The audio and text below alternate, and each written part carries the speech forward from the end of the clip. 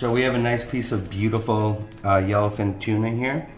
For this application, we're gonna trim off the belly, and then we're gonna split this top loin in half, at which point we will sear and slice over our panzanella salad. So you'll see these lines.